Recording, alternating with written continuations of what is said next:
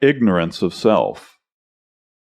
In the time of a revival of religion, a clergyman not much known to me called upon me and by invitation preached for me at my regular weekly lecture in the evening.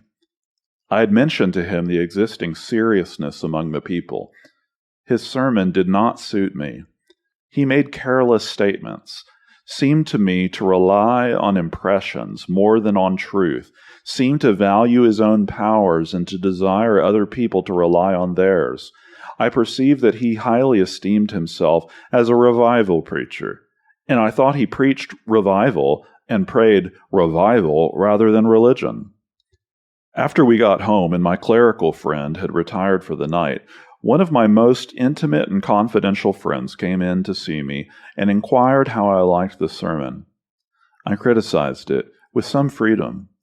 My friend then told me that as she left the church, she fell in company with one of our young ladies who had been serious for some weeks and who said to her, "Oh, that sermon will do me good. It was just what I wanted. I wish our minister would preach so." I felt humbled and sad. And as my clerical friend was much older than myself, I thought it became me to consider more carefully what he had preached and what I had been saying. But I noticed that from that time, the serious impressions of this young lady, who thought the sermon would do her good, began evidently to diminish.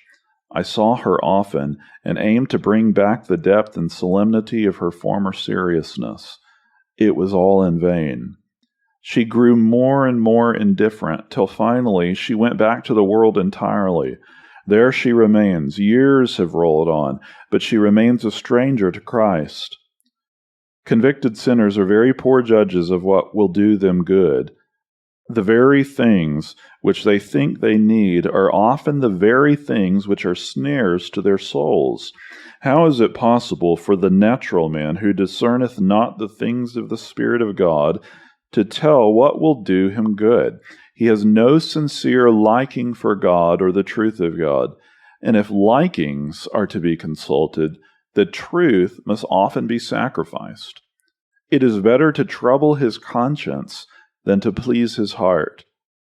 A convicted sinner is the last person in the world to judge justly in regard to the kind of instruction he needs.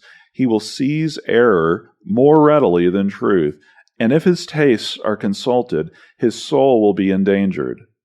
In consulting such tastes lies the cunning art of deceivers, who lead crowds to admire them and run after them and talk of them, while they care not for the truth, deceiving and being deceived.